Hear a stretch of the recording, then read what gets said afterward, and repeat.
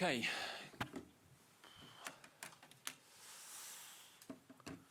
Good afternoon. If you'd like a question, please raise your hand. And we'll get around the room as much as we can.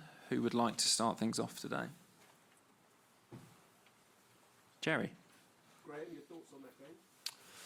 Well, frustrated, of course. Disappointed with the results. I thought we started the game well.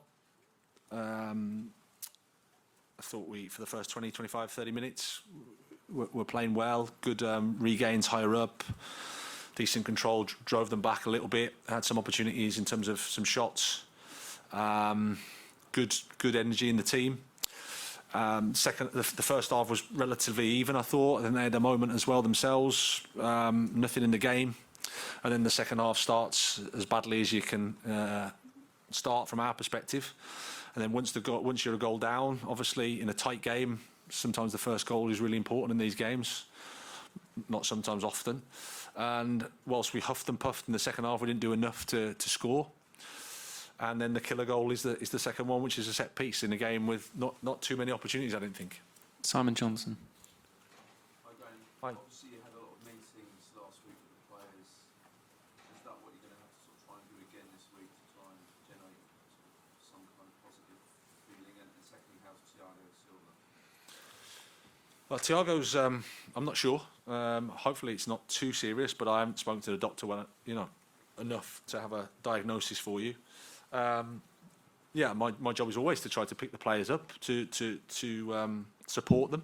So I think they need support as well because they're hurting. I know and I can feel it that they want the results to get better and the results to be different. And we're in a really tough moment. So I feel for them and my job is to try to support them. Jamie. Hi, Graeme. Hi. Every disappointing result, does it get harder to pick the players up? Do you think confidence is a big issue at the moment, or when you look around that dressing room, do you still see belief? Yeah, we do. Like I said, the training that we've had has been really, really good. The spirit in the team has been really good. We thought that we were taking steps forward, and then the first half against Southampton took us back a little bit. But up to then, I thought we were taking steps forward. We played quite well in the first half, I thought, and like I said, a game that's not easy to create chance after chance because Tottenham defend well, defend with the numbers and the back five. But the feeling amongst the players that is one of support. They're fighting for each other. They're fighting for the team. They want to do better, and they're hurting. They are. I feel for them. Jacob. Hi, Graeme. It was tough at Stamford Bridge last week after the final whistle against Southampton. I mean, this was obviously a huge game for Chelsea's fans when they see a performance where it's a struggle to create chances and come back from a goal down. Are you worried about what this defeat will do for your standing and relationship with the fans? Will it be hard to get it back from here? Well, I can't necessarily think too much about 40, 50, 60,000 people. I need to focus on what I can control, which is the next day, the next training session. But our supporters have been, I would say, very fair, and they've supported the team. I have absolutely no complaints with the supporters. They're entitled to be frustrated and upset and angry with the results that we've got. And that's my responsibility. So I have absolutely no complaints with the supporters. Matt Law. It was another 6 changes today. And I appreciate some of it's been forced on you, but every game there's like 4, 5, 6 changes. Do you know your best team at the moment? And is this a problem of trying to create any sort of momentum or gel anything together? Well, I think the fact that there's a third game in a week makes it difficult to keep picking the same 11. Matt, we play in Dortmund on a Wednesday. We return at 4 in the morning, and then we play a Premier League game on a Saturday. There was one change from the Dortmund game today, which is Raheem for Misha. Ruben Loftus-Cheek, for example, Thiago Silva and Reece James are just unable to play against Southampton. And that's just where we're at. I've tried to explain to you many a time about long-term injuries. They're just not able to play 3 games in a week. And I have a duty of care to them and to their welfare to make sure they're not on the pitch and risking injury, because if Reece James, God forbid, injures himself because of an overloading issue, because he hasn't had time to recover and he hasn't had time to prepare his body to play 3 games in a week, then that's on me. Obviously, I take the consequences, which is you change the team. But from West Ham to Dortmund to this game, I don't think there's too many changes. Neil Barnett. Two things. First of all, now the perennial question to the end of the season. No Kovacic, Chalobah, David Fofana, Chukwuemeka, Cucurella in the squad, were any of them injured? And the other thing is, that's 1 goal in 6 games. Why do you think Chelsea outscored? Kovacic was ill, and the rest are unfortunate to be out of the squad.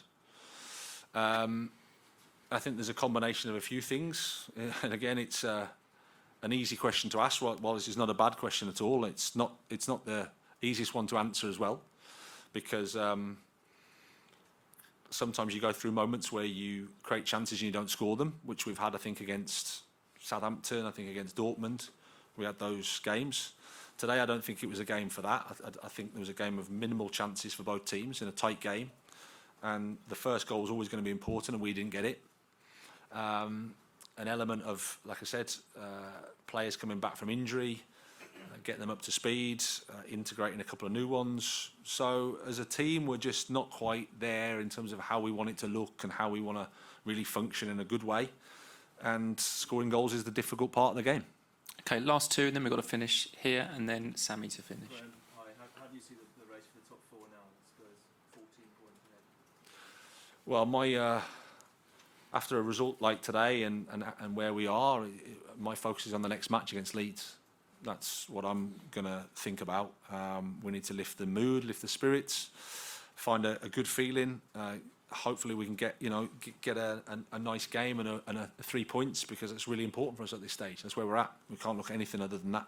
Last question, Sammy. Graeme, obviously the owners and the club have been supportive of you and are supportive of you. With every sort of disappointing result, would you acknowledge that has a dynamic to change moving forward? Well, there's always that question, absolutely. And you can't stop the questions. And whilst the results are like they are, then I accept it. It's part of the job. We were talking before the game about, watching the All or Nothing at Arsenal, and 2 years into Mikel's reign, he's close to getting the sack, and people are wanting him out, and it's a disaster. And obviously now things have changed a little bit. But that's just the way it is. If you look at Jurgen's situation, they haven't got the results, and all of a sudden people want him out. That's just the nature of football. And obviously I haven't done enough at this club to have too much good faith, and I also accept that as well. So my job is to not to worry too much about that, understand the question, understand where it comes from totally, and just to try to focus on keep helping the team, keep supporting the players, because I really like these players. They're good lads. They want to do better. They want to win. But at the moment we're suffering, and that's my responsibility. Okay, we'll leave it there. Thank you, everybody. Thank you.